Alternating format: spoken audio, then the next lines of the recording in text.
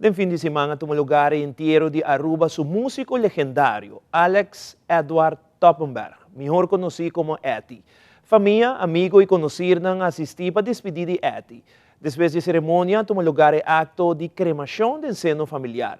Siguientemente, una recompilación de entierro de Eddie Toppenberg.